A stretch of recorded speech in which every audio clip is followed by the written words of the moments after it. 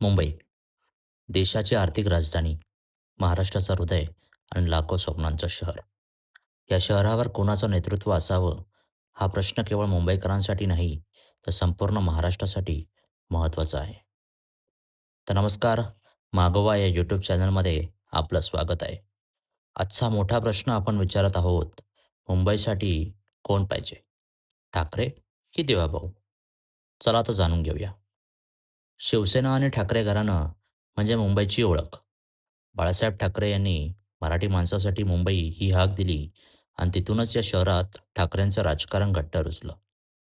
आजही ठाकरे घराण्यांचं नाव घेतलं की मुंबईकरांमध्ये एक वेगळी जवळीक जाणवते. उद्धव ठाकरे मुख्यमंत्री असताना त्यांनी काही महत्त्वाचे निर्णय घेतले. मेट्रो 3, कोलाबा ते बँड्रा सिप्स हा भूमिगत मेट्रो प्रकल्प गतीने पुढे नेला.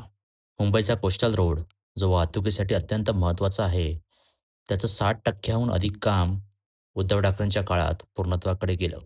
कोविड महामारीच्या काळात मुंबईचं व्यवस्थापन संपूर्ण देशात आदर्श ठरलं. WHO आणि UNAपर्यंत मुंबई मॉडेलची दाद मिळाली. याशिवाय आरेक कारशेड हलवण्याचा निर्णय घेतला गेला, ज्यामुळे पर्यावरण प्रेमींमध्ये उद्धव ठाकरेंचं वेगळं स्थान निर्माण झालं. राज ठाकरे यांची शैली वेगळी.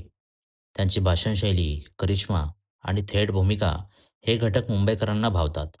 मराठी माणूस, मराठी भाषा, मुंबईकरांना रोजगार यासारख्या मुद्द्यांवर त्यांची भूमिका ठाम राहिली आहे.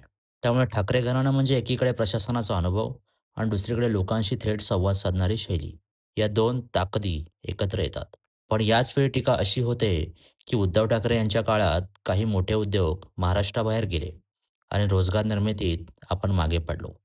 दुसरीकडे देवेंद्र फडणवीस यांचं नाव घेतलं, की सर्वात आधी आठवतात मोठे प्रकल्प आणि दिल्लीशी असलेला त्यांचा थेट संपर्क. 2014 ते 2019 या काळात ते मुख्यमंत्री होते आणि सध्या देखील तेच मुख्यमंत्री आहेत. 2014 ते 2019 या काळात मुंबईसाठी अनेक मोठे निर्णय घेतले गेले. त्यांनी 300 किलोमीटर मेट्रो नेटवर्कचं मास्टर प्लॅन जाहीर केला. त्यामुळे भविष्यात मुंबईची वाहतूक व्यवस्था पूर्णपणे बदलू शकते. मुंबईचा कोस्टल रोड ज्याची पायाभरणी प्रत्यक्षात फडणवीस यांच्या काळातच झाली. मुंबई ट्रान्स हार्बर लिंक जो मुंबई ते नवी मुंबई जोडणारा आशियातील सर्वात मोठा सेलिंग प्रकल्प सुरू झाला. MMRDA मार्फत मुंबई, ठाणे, नवी मुंबईसाठी मोठ्या प्रमाणावर निधी आणला गेला आणि सर्वात महत्त्वाचं म्हणजे केंद्र सरकारशी असलेलं त्यांचं नातं.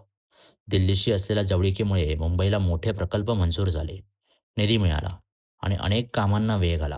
म्हणजेच एका बाजूला ठाकरे घराणं, ज्यांचं नेतृत्व मुंबईच्या संस्कृतीशी, भाषेशी आणि स्थानिक भावनांशी जोडलेलं आहे, तर दुसऱ्या बाजूला देवेंद्र फडणवीस, ज्यांनी मुंबईसाठी मोठे प्रकल्प उभे केले.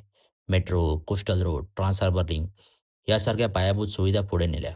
फडणवीस यांचं मोठं बळ म्हणजे त्यांचं दिल्लीशी थेट कनेक्शन. त्यामुळे केंद्र सरकारकडून निधी मंजुरी करताना प्रकल्पांना गती मिळवणं सोपं होतं. त्यांचा तपशीलवार अभ्यास, प्रशासन हाताळण्याची क्षमता, कठीण निर्णय घेण्याचे धाडस हे अनेकांना भावतं.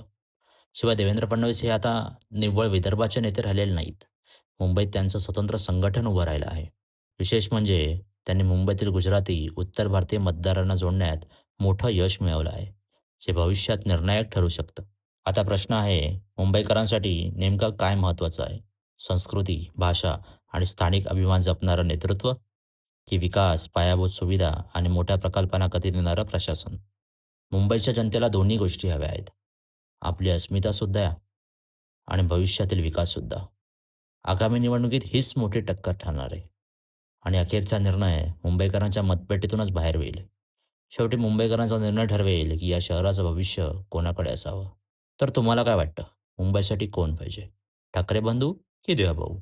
तुमचं मत कमेंटमध्ये नक्की लिहा आणि अशाच गोष्टींचा मागोवा घ्यायचा असेल, तर चॅनल सबस्क्राईब करायला विसरू नका.